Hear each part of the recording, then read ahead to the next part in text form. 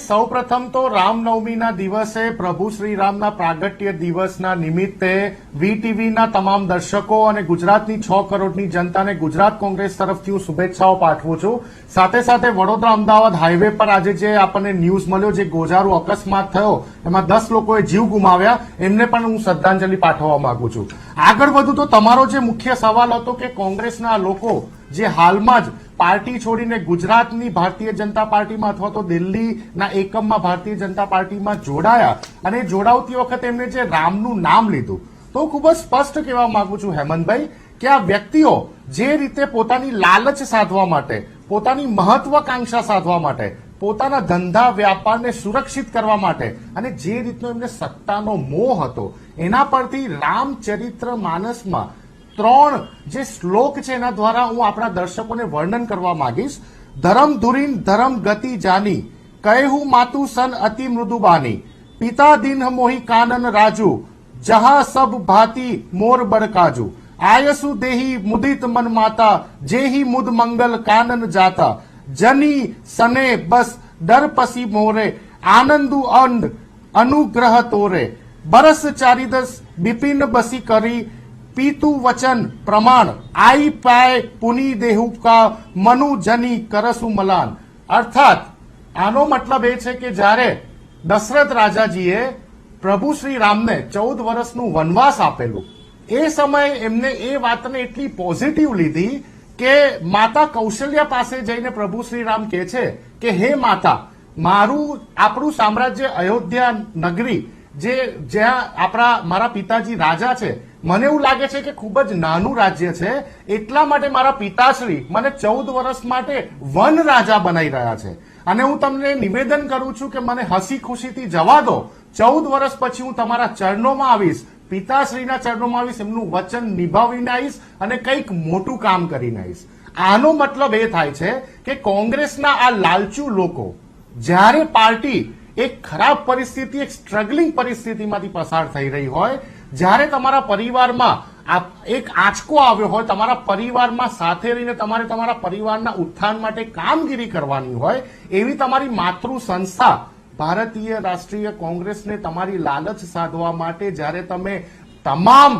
પ્રભુ શ્રીરામના મૂલ્યોને નેવે મૂકીને ભારતીય જનતા પાર્ટી અથવા અન્ય પાર્ટીમાં લાલસા માટે જાઓ છો, પદ લેવા માટે, મંત્રી પદ લેવા માટે, એમએલએ, ધારાસભ્ય, મેમ્બર ઓફ પાર્લામેન્ટ લેવા માટે જાઓ છો, તો તમને શરમ આવી જોઈએ કે તમે પ્રભુ શ્રીરામના મૂલ્યોનું તમે અનુવાદન નથી કરી શકતા, તમે તમારા હૃદયમાં વસાવી નથી શકતા, તો કઈ રીતે, કયા મોઢે તમે પ્રભુ શ્રીરામની વાત લો છો? પ્રભુ શ્રીરામના 11 ઇમ્પોર્ટન્ટ મૂલ્યો જે નથી ભારતીય જનતા પાર્ટીના કાર્યકર્તાઓને ખબર, નથી કોંગ્રેસમાંથી જે લોકો ભારતીય જનતા પાર્ટીમાં લાલચ માટે જાય છે એમને ખબર। પ્રભુ શ્રીરામ હંમેશા ધર્મશક્તિની વાત કરી છે, હંમેશા વફાદારીના મૂલ્યની વાત કરી છે, સત્યના મૂલ્યની વાત કરી છે, પડકારોનો સામનો કરવાનું પ્રભુ શ્રીરામે શીખવાડ્યું છે, બલિદાનની ભૂમિકા નિભાવી છે, વડીલો માટે આદર કરવાનું, અહંકારના પરિણામો ભોગવવા માટે દુશ્મનને હંમેશા તૈયાર રાખવાની વાત કરી, મિત્રતાનું મહત્વ સમજાવ્યું છે, ક્ષમા અને કરુણા આ પ્રભુ શ્રીરામનું ચરિત્ર હતું, ખંત અને ધીરજ અને કૌટુંબિક મૂલ્યોનું પાલન કરવું। આમાંથી કયા મૂલ્ય આ કોંગ્રેસના લોકો ભારતીય જનતા પાર્ટીમાં જઈને એમને જાળવ્યા? આ તમામ મૂલ્યોની ઓપોઝિટ કામ કર્યું છે, આ તમામ મૂલ્યોની વિરુદ્ધમાં જઈને કામ કર્યું છે હેમંતભાઈ, અને પછી એ લોકો પ્રભુ શ્રીરામનું નામ બોલતા હોય તો આનાથી ખરાબ શરમજનક ઘટના કોઈ ના હોય। મારે પૂછવું છે આ લોકોને જે કોંગ્રેસમાંથી ભાજપમાં ગયા છે, જે નેતાઓ પોતાની લાલસા સાધવા, અને ભારતીય જનતા પાર્ટીના લોકોને કે જો તમે આ ભારત દેશમાં બેરોજગારી માટે કામ કર્યું હોત તો રામના માટે મત ના માગવા નીકળવું પડ્યું હોત, તમે મોંઘવારીના નામ ઉપર જો કંઈક કામ કર્યું હોત છેલ્લા 10 વર્ષમાં તો રામના નામે, આર્ટિકલ 370 ના નામે, ટ્રિપલ તલાકના નામે તમારે મતો ના માગવા પડ્યા હોત, ઇલેક્ટ્રોલ બોન્ડનો ભ્રષ્ટાચાર ના કર્યો હોત તો તમારે પ્રભુ શ્રીરામને વચ્ચે ના લાવવા પડતા હોત, તમે કાશ્મીરી પંડિતોના ઉત્થાન માટે, એમને કાશ્મીરમાં ફરી વખત જગ્યા સ્થાન આપવા માટે કામગીરી કરી હોત તો તમારે પ્રભુ શ્રીરામને વચ્ચે ના લાવવા પડ્યા હોત। પરંતુ હેમંતભાઈ, આપણા દેશની દુર્ભાગ્યપૂર્ણ વાત એ છે કે આપણા દેશના પ્રધાનમંત્રી મોદી સાહેબ આનાથી ઉપર જઈને પુલવામાના શહીદોના નામે જ્યારે મત માંગતા હોય, આનાથી મોટી શરમજનક બાબત દેશની આઝાદી પછી ભારત દેશ માટે કઈ કહેવાય હેમંતભાઈ? હું એક શોર્ટ વિડીયો 20 સેકન્ડનો આપણે સંભળાવવા માંગુ છું, આપ સાંભળી શકો છો।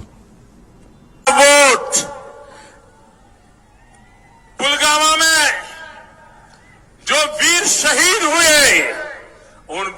शहीदों के नाम आपका वोट समर्पित हो सकता है क्या? मैं फर्स्ट टाइम वोटर को कहना चाहता हूं। આપ સાંભળી શકો છો હેમંતભાઈ કે પુલવામામાં થયેલા શહીદો માટે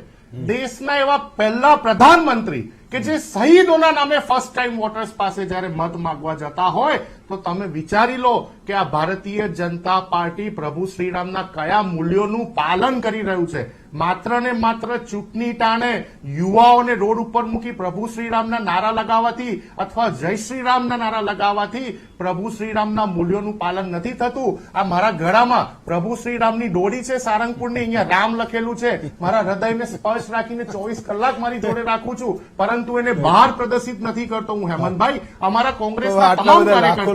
આજે રામનવમીના દિવસે તમામ સોશિયલ મીડિયા ઉપર જયારે પોસ્ટર મૂક્યા હોય, શુભેચ્છા પાઠવી હોય ગુજરાતની જનતાને, પોતપોતાના વિસ્તારની જનતાને, તો શું કોંગ્રેસના કાર્યકર્તાઓ પ્રભુ શ્રીરામની પૂજાપાઠ એટલી જ શ્રદ્ધાથી કરે છે જેટલી આ દેશમાં કોઈ અન્ય નાગરિક કરતો હશે. આજે તમે જુઓ કે ભારત દેશમાં કોંગ્રેસ પાર્ટીના 800 થી વધુ ધારાસભ્ય છે, 52 થી વધુ લોકસભામાં સદસ્ય છે, રાજ્યસભામાં સદસ્ય છે. એ લોકોને જયારે હિન્દુ સમાજ તરફથી મત મળતા હોય છે તો શું એ હિન્દુ સમાજના લોકો પ્રભુ શ્રીરામના સ્થળને પ્રાર્થના આરાધના નથી કરતા હોતા? માત્ર ને માત્ર ભારતીય જનતા પાર્ટીના લોકો એવું સાબિત કરવાની કોશિશ કરે કે રામ મંદિર પ્રભુ શ્રીરામનું નામ લેવું એ ખાલી ને ખાલી એમની ફિતરતમાં છે, એ ક્યારે પણ સાખી ના લેવાય. પ્રભુ શ્રીરામ અને રામ મંદિર એ આપણા સૌનો આસ્થાનો વિષય છે. એનો ક્યારે પણ ચૂંટણી પ્રચાર માટે, કોઈ સીટ જીતવા માટે, કોઈ ચૂંટણી જીતવા માટે ના થઈ શકે.